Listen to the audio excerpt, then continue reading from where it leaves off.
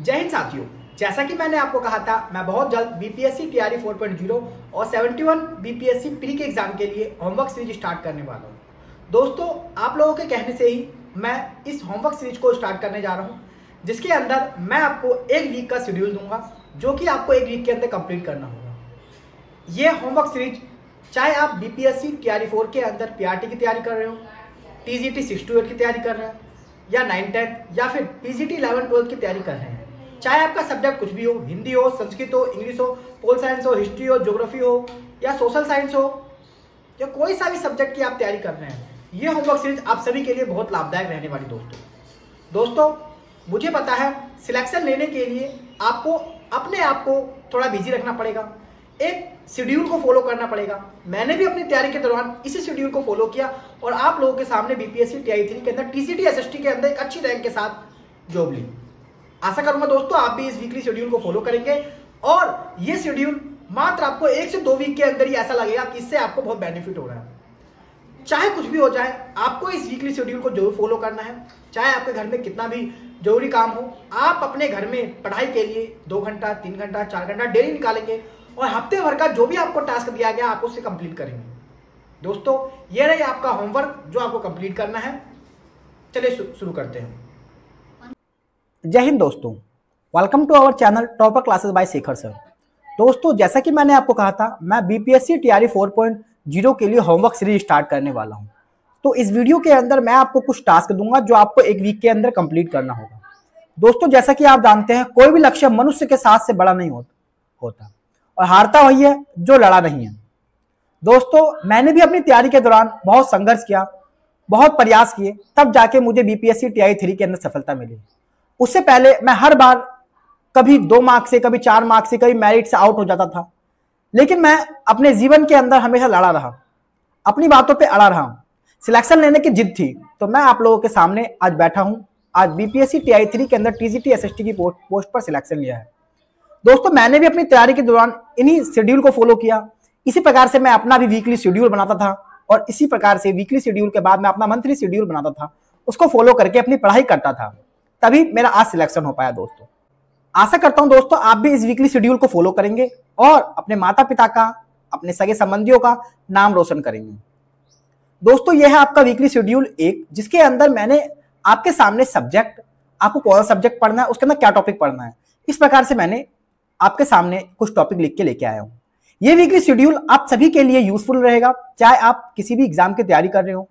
वैसे तो ये डेडिकेटेड वीडियो है बीपीएससी टीआरई 4 और बीपीएससी 71 प्री एग्जाम के लिए, लेकिन आप इस वीकली शेड्यूल को आप बिहार पुलिस के लिए, बिहार दरोगा के लिए, डीएसएसबी के लिए, केवीएस के लिए या एसएससी, एमटीएस, सीएचएसएल, सीजीएल किसी भी एग्जाम की तैयारी यदि आप करें तो आप उसके लिए भी इसको फॉलो कर सकते हैं। आप उसके लिए भी ये वाली वीडियो आपके लिए यूजफुल रहने वाली है, बशर्ते आप इसको डेली फॉलो करेंगे। आपके घर के अंदर चाहे कितना बड़ा भी टास्क हो, आपके रिलेशन में चाहे किसकी भी शादी हो, विवाह हो, कोई भी अर्जेंट काम हो, आपको उसको छोड़ के अपना टास्क कंप्लीट करना पड़ेगा, तभी ये वीडियो या फिर ये सीरीज आपके लिए यूजफुल रहने वाली। दोस्तों चलिए वीडियो को बिना देरी किए स्टार्ट करते। दोस्तों सबसे पहले जो मैंने सब्जेक्ट लिखा हुआ है इंडियन नेशनल मूवमेंट का। जैसा कि आप जानते हैं बीपीएससी टीआरई 4 के अंदर हमारे जीएस के सेक्शन के अंदर 5 सब्जेक्ट आते हैं, जिसके अंदर एक सब्जेक्ट है इंडियन नेशनल मूवमेंट का।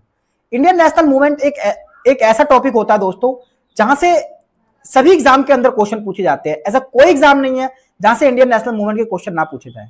हमारे बीपीएससी एग्जाम के अंदर तो स्पेशली इस टॉपिक के बारे में डिटेल से बता रखा है, इस सब्जेक्ट के बारे में उन्होंने स्पेशल लिख के बोला है कि आपको इस सब्जेक्ट को पढ़ के ही आना। तो सब्जेक्ट है आपका पहला इंडियन नेशनल मूवमेंट, जिसके अंदर आपको 1857 का जो रिवोल्ट है, इस ये वाला टॉपिक रेडी करना है आपको, 1857 का रिवोल्ट वाला।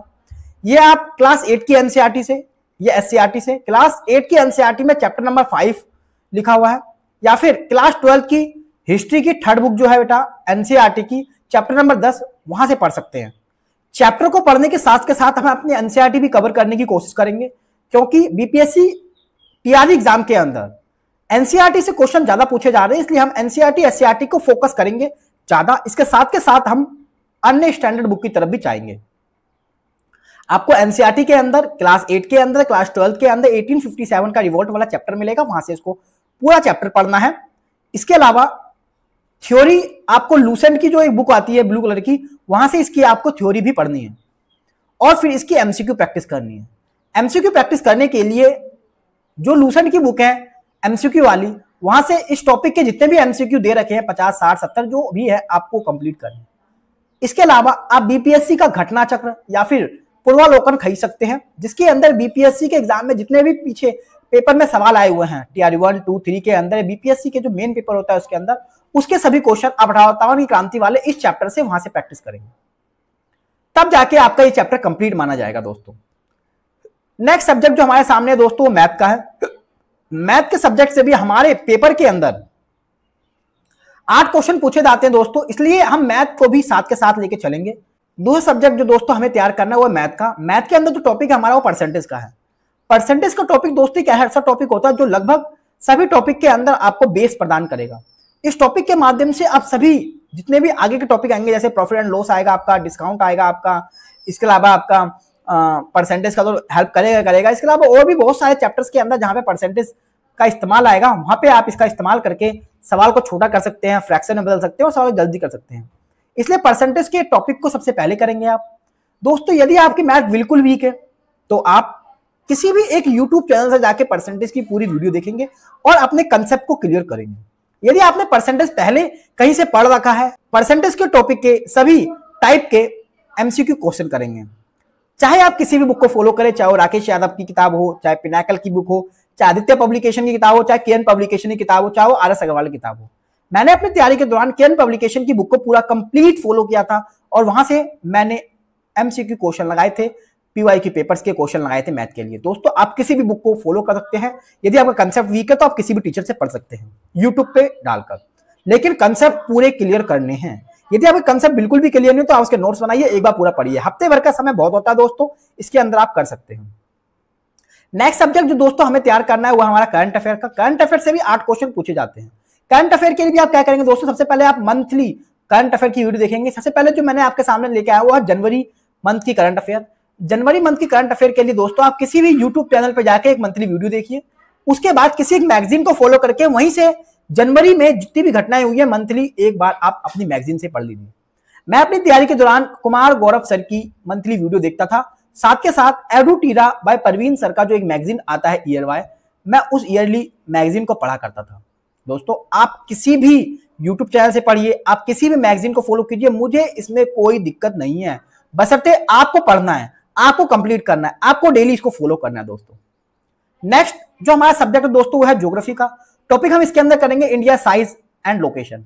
भारत की स्थिति क्या है, भारत का विस्तार क्या है, ये टॉपिक हमें पढ़ना दोस्तों। इस टॉपिक को पढ़ने के लिए आप क्लास 9 की चैप्टर नंबर 1 ज्योग्राफी का चैप्टर नंबर 1 पढ़ेंगे। इसके अलावा लूसेंट के अंदर इंडियन ज्योग्राफी का चैप्टर नंबर 1 पढ़ेंगे। वहां पे आपको इंडिया साइज एंड लोकेशन का जो टॉपिक मिलेगा उसके अंदर जितने भी फैक्ट दे रखे हैं सभी कवर करेंगे। उसके तुरंत बाद आप लूसेंट की जो एमसीक्यू वाली बुक है वहां से चैप्टर नंबर 1 दे रखा है साइज एंड लोकेशन का, वहां से एमसीक्यू लगाएंगे। इसके अलावा या तो आपके पास यदि लूसेंट की एमसीक्यू वाली बुक नहीं है तो आप बीपीएससी का घटना चक्र या पूर्वालोकन ले लीजिए, वहां से आपको चैप्टर नंबर 1 में मिलेगा इंडिया साइज एंड लोकेशन, वहां से आप एमसीक्यू प्रैक्टिस करेंगे। एमसीक्यू प्रैक्टिस करना बहुत जरूरी है दोस्तों, क्योंकि एमसीक्यू प्रैक्टिस करने से जो आपकी गलतियां होने वाली है वो सब यही हो जाएगी। एग्जाम में गलती होने से बचे, इसलिए आप यहाँ पे गलती कर सकते हैं, यहाँ पे सीख सकते हैं और यहाँ पे अपनी तैयारी को मजबूत कर सकते हैं। दोस्तों एमसीक्यू प्रैक्टिस करने से ही हमें सारे फैक्ट लंबे समय तक याद रहते हैं। हम जब एक बार थ्योरी पढ़ लेते हैं तो उसका इमेज हमारे दिमाग पे बन जाती है, जब तक हम क्वेश्चन नहीं लगाते वो हमें ढंग से याद नहीं होता है। इसलिए आप एमसीक्यू प्रैक्टिस जरूर करेंगे। उसके लिए चाहे तो आप लूसेंट की एमसीक्यू वाली बुक ले लीजिए जो ग्रीन कलर की आती है, या तो आप बीपीएससी का घटना चक्र या बीपीएससी का पूर्वालोकन ले लीजिए। नेक्स्ट सब्जेक्ट दोस्तों जो हमें तैयार करना हुआ है हमारा साइंस का। इसके अंदर जो हमें टॉपिक तैयार करना है वो 3 टॉपिक मैंने आपके सामने लेके आया हूं। क्लासिफिकेशन ऑफ लिविंग ऑर्गन, जिसके अंदर आपको वर्गीकरण पढ़ना है। इसके अलावा जो सेकंड टॉपिक हमारे सामने दोस्तों वो है सेल साइंस का, मतलब कोशिका विज्ञान पढ़नी है आपको। थर्ड टॉपिक जो हमारे सामने हुआ जेनेटिक्स का, आनुवांशिकता का। ये तीनों टॉपिक आप क्लास 9 और 10 की एनसीईआरटी से बायोलॉजी से कर सकते हैं। सबसे पहले दोस्तों मैं आपके सामने बायोलॉजी के सब्जेक्ट लेके आया हूँ साइंस के अंदर, क्योंकि बायोलॉजी से ज्यादा क्वेश्चन पूछे जाते हैं। इसके अलावा आप 9-10 की एनसीईआरटी के अलावा आप लूसेंट की जो साइंस का पोर्शन दे रखा है थ्योरी के अंदर, वहां से चैप्टर नंबर 1, 2, 3 स्टार्टिंग के 3 चैप्टर को आप इसको कंप्लीट कर सकते हैं। एमसीक्यू प्रैक्टिस के लिए आप वही लूसेंट फॉलो कर सकते हैं, वहां से एमसीक्यू लगाएंगे। इसके अलावा आपको घटना चक्र की एक बुक लेनी पड़ेगी या पूर्वालोकन, कुछ भी ले लीजिए, वहां से सारे पीवाईक्यू पेपर जो बीपीएससी के अंदर आएगा वो आपको देखने को मिलेंगे कि पेपर का डिजाइन कैसे होता है, कैसे क्वेश्चन पूछे जाते हैं, कैसे घुमा के क्वेश्चन पूछे जाते हैं, क्या क्वेश्चन बार बार रिपीट हो रहे हैं। जब तक आप बीपीएससी या घटना चक्र नहीं लगाएंगे आपको क्वेश्चनों की पहचान नहीं होगी दोस्तों।